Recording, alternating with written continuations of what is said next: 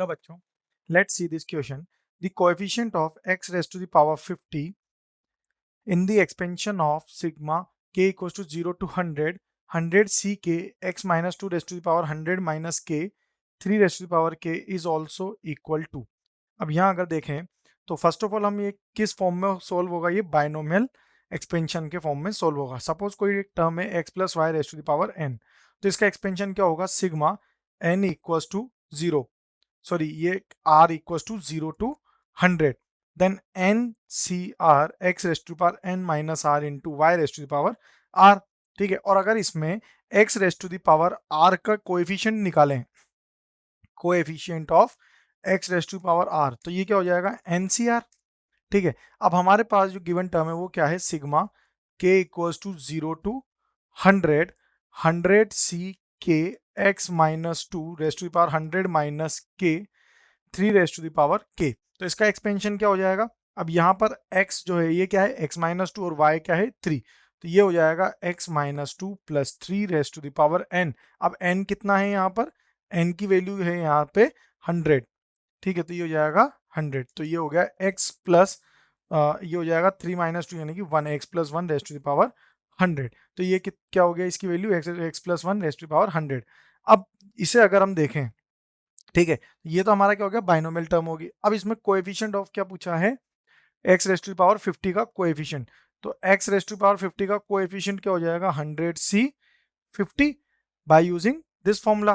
ठीक है, because r की वैल्यू क्या है यहाँ पर, r और k जो है इक्वल है. तो यहाँ से अगर हम वैल्यू देखेंगे इसकी, तो ये वैल्यू क्या आएगी, k इक्वल्स टू आएगा, इसमें r इक्वल्स टू k है, और n माइनस r यहाँ पर x की पावर में n माइनस r क्या आ रहा है, ये 100 माइनस k. तो n तो 100 हो गया और r क्या हो गया, k. ठीक है, तो यहाँ से अब ये क्या हो जाएगी, इसकी वैल्यू NCR यानी कि, और यहाँ में r की वैल्यू गिवन है 50. ठीक है, यानी कि ये r क्या हो गया यहाँ पर 100c 50. अब ऑप्शंस देखते हैं. First option is number of ways in which 50 identical books can be distributed in 100 students if each student can get at most 1 book.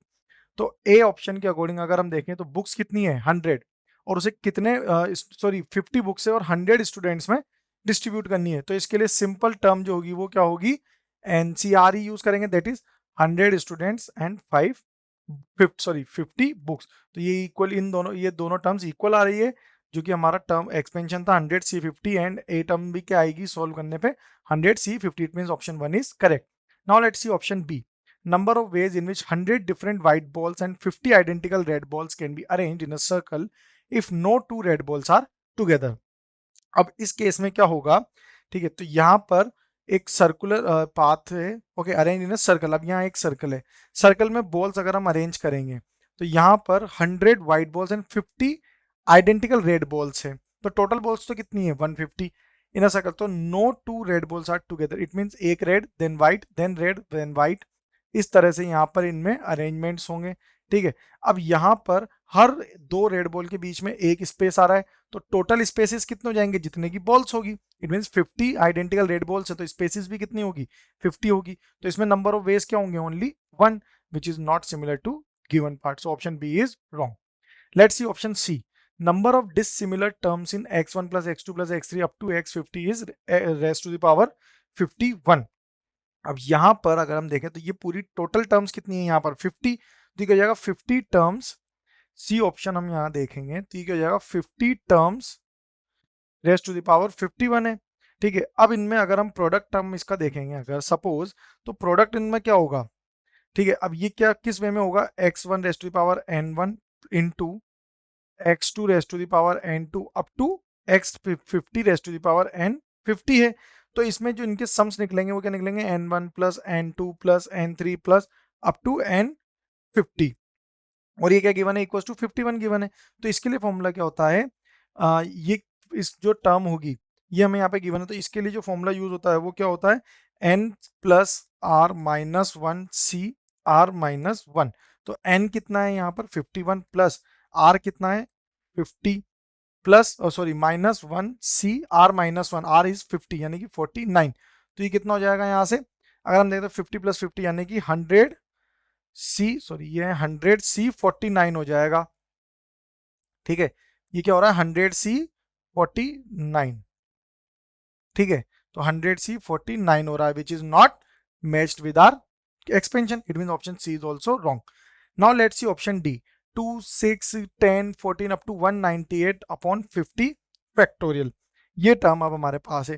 तो अगर ऑप्शन डी में अगर हम देखें तो ये क्या हो जाएगा, इस तरह के फॉर्म में अगर हमारे पास ये टर्म है 100c 50, तो इसका एक्सपेंशन क्या होगा, 100 factorial upon 50 factorial into 50 factorial.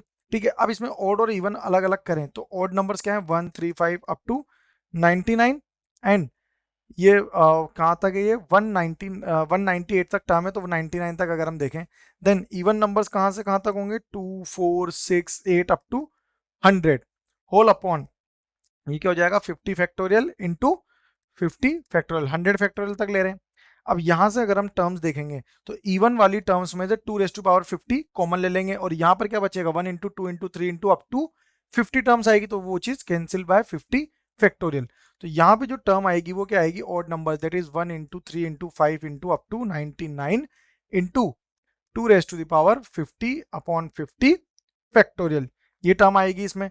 तो यहां से अगर हम देखेंगे तो ये पूरी टर्म क्या हो जाएगी यहाँ पे, ये इक्वल्स टू 100c 50 के ही इक्वल बिट, बिकॉज अगर ये वाला ऑप्शन जो है हमारा, ठीक है, तो इस ऑप्शन में क्या गिवन है, 2 6 10 14 अप टू 198 अपॉन 50 फैक्टोरियल. तो इनमें गैप कितना आ रहा है, 4 4 का गैप आ रहा है. तो यहाँ पे 2 स्क्वायर बाहर ले लेंगे और ये कितनी टाइम बाहर जाएगा, 100 टाइम्स में जाएगा.